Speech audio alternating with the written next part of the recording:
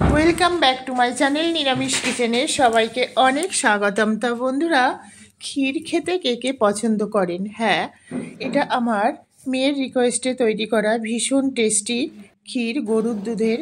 শুরু থেকে শেষ অবধি দেখার অনুরোধ রইল। এখানে গরুর দুধ নিয়েছি, যে যতটা পারবেন পরিমাণ মতো, 500, 1 কিলো, 2 কিলো, 4 কিলো, 5 কিলো। এখানে আমি 1 কিলো দুধ জ্বালিয়ে নিয়েছি। মানে দুধটা যতটাই হোক না কেন, তাকে জ্বালাতে জ্বালাতে একদম ক্ষীর করে দিতে হবে, নাম যার ক্ষীর। হ্যাঁ বন্ধুরা, আর এই ক্ষীরটা পছন্দ করে না এমন কেউ নেই। এখানে একটু উষ্ণ গরম দুধ নিয়ে নিয়েছি। আর এখানে যেহেতু আমার 1 কিলো দুধ আমি জ্বালাচ্ছি, জ্বালাতে জ্বালাতে এটাকে 250 কি 300 গ্রামে নিয়ে আসতে হবে। এখানে 10 টাকার একটা আমুল পাউডার উষ্ণ গরম দুধের মধ্যে এটাকে গুলিয়ে নেব। আর গুঁড়ো দুধ কখনো বেশি গরম বা ঠান্ডা দুধে বা জলে গোলানো উচিত নয়, তাহলে সেটা গুলবে না, গোটা গোটা দলা দলা পাকিয়ে যাবে।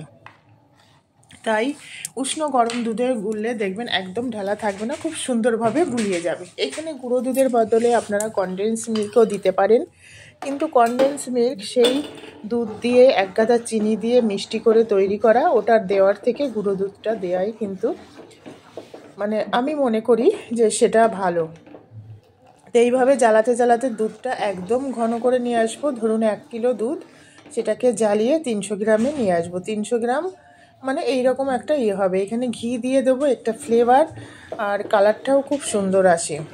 আর ক্ষীরের কালারটা আরেকটু যদি খুব সুন্দর বা একদম মানে দইয়ের মতো একটু রেড রেড টাইপের করতে চান, তার জন্যও কিন্তু অপশান আছে বন্ধুরা। কে কে ক্ষীর খেতে পছন্দ করেন কমেন্টস করে জানাবেন। দেখুন একদম গাঢ় হয়ে গেছে। আর মানে চারি সাইডে যেহেতু গরুর দুধ, প্যাকেট দুধ নয়, সবই গরুর দুধ, কিন্তু প্যাকেট দুধ একটু ভিন্ন স্বাদের হয় বা ভিন্ন ধরনের হয়। সেখানে অনেক কিছু পায়েল থাকে, মেডিসিন দেওয়া থাকে, আমরা কম বেশি সবাই জানি। আর এটা গরুর দুধ, তাই এখানে জল মেশানো ছাড়া ঘোষেরা অন্য কিছু মেশায় না। কালারের জন্য এখানে আমি একটু কড়াইতে জল দিয়ে দিলাম, দিয়ে এখানে পরিমাণ মতো চিনি দেবো। তা চিনি খুব বেশি দেবো না বন্ধুরা, 100 গ্রাম মতো চিনি দেব। 1 কিলো দুধে 100 গ্রাম চিনি।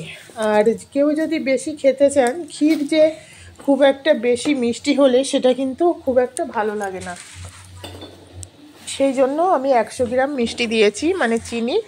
এটাকে ক্যারামেল করে দেব। এটা অপশনাল, আপনারা চাইলে দিতেও পারেন বা শুধু মিষ্টিও দিতে পারেন, মানে চিনি। এটা জাস্ট কালারের জন্য একটু ক্যারামেল করে দেব।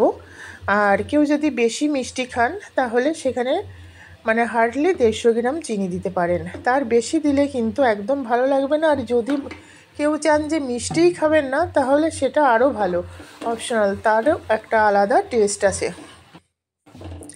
তো এইভাবে ক্যারামেলটা তৈরি করব।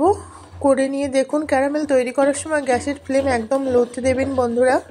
লোতে দিয়ে কিন্তু ক্যারামেলটা তৈরি করতে হবে।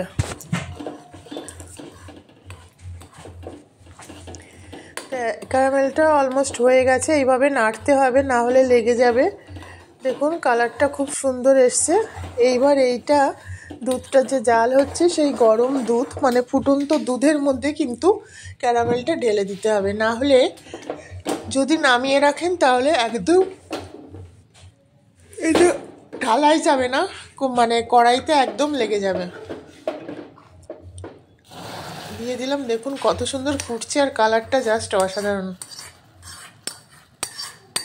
এটা আমার মেয়ে অনেক দিন ধরে বলছিল, মা ক্ষীর করো ক্ষীর করো।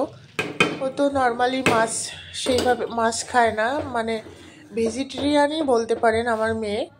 আর একটু ডিম খায়, আর মানে দুধ, ঘি, পনির, ছানা এগুলোই খেতে বেশি পছন্দ করে। তা ওর জন্যই এটা তৈরি করা, সেটা ভাবলাম আপনাদের সঙ্গে শেয়ার করি। কারণ এখন তো শীতকাল, আর যারা ভেজিটেরিয়ান বন্ধুরা আছেন, তারা ম্যাক্সিমাম বন্ধুরাই কিন্তু দুধ খেতে পছন্দ করেন, দুধ, ঘি বা ছানা, পায়েস এগুলি। দেখুন কালারটা কত সুন্দর হয়ে গেছে, দারুণ একটা ফ্লেভারটা তো মানে সারা বাড়িতে একদম ফ্লেভারে ভর্তি হয়ে যায়। এটা একদম আমি আর একটা জিনিস বন্ধুরা, আপনারা যদি একদম শুকনো খান, তাহলে জ্বালিয়ে একদম শুকনো করে নেবেন। আর কেউ যদি মনে করেন যে না ঘন মানে একদম ঘন করব, তাহলে এখানে দুটো এলাচ আমি গরম করে রেখেছিলাম, এটা গুঁড়ো করে পাউডারটা দিতে হবে, তাহলে ফ্লেভারটা আরও ভালো হবে। চুপার তা এইখানে দেখুন আমি ঘনটা একদম আঠালো, মানে সেই যে একেবারে শুকনো সেটা করব না, এটা আমি মিডিয়াম ঘন করব, মানে চামচ দিয়ে যাতে খাওয়া যায় সেইভাবে করব। তা দেখুন আমি নামিয়ে নিয়েছি, এটা ঠান্ডা হয়ে যাবে, আরও ঠান্ডা হলে আরও ঘন হয়ে যাবে। তা এটা আমি নামিয়ে বাটিটায় তুলব, দিয়ে বাটিটায় এখানে আমি আপনাদের দেখাবো কতটা ঘন দেখতে পাচ্ছেন। এটা আধা ঘন্টা রাখলে এটা আরও জমে যাবে। তো নামানোর পর বন্ধুরা আধা ঘন্টা রেখে তারপর আপনাদের আমি দেখাবো কতটা ঘন হয়েছে। কেউ যদি আরও ঘন খেতে চান তাহলে সেটা জাল দিয়ে আরও ঘন করে নেবেন। এইবার যে এলাচের গুঁড়োটা আমি তৈরি করে রেখেছিলাম সেটা উপর দিয়ে ছড়িয়ে দেব। ক্ষীর খেতে কে কে পছন্দ করেন বন্ধুরা আপনারা কমেন্টস করে জানাবেন। আপনাদের একটা কমেন্টস আমার কাছে ভীষণ মূল্যবান। নতুন বন্ধুদের উদ্দেশ্যে বলছি, রেসিপি ভালো লাগলে পাশে থাকা বেল আইকনটি প্রেস করে অল নোটিফিকেশন অন করে রাখবেন, যাতে নতুন নতুন রেসিপি আপলোড হলে সবার আগে আপনার কাছে নোটিফিকেশান যায়। আর যাদের বাড়িতে গরু আছে তারা এইভাবে ক্ষীর তৈরি করে খান, দেখবেন সব থেকে বেশি স্বাদের হবে আর সুন্দর একটা রেসিপি। তো টাটা বাই বাই বন্ধুরা, আবার আপনাদের সঙ্গে দেখা হবে নতুন কোনো রেসিপি নিয়ে। আমার পাগলি দাঁড়িয়ে আছে খাওয়ার জন্য, আপনারাও খেয়ে নিন। আজ এই পর্যন্ত।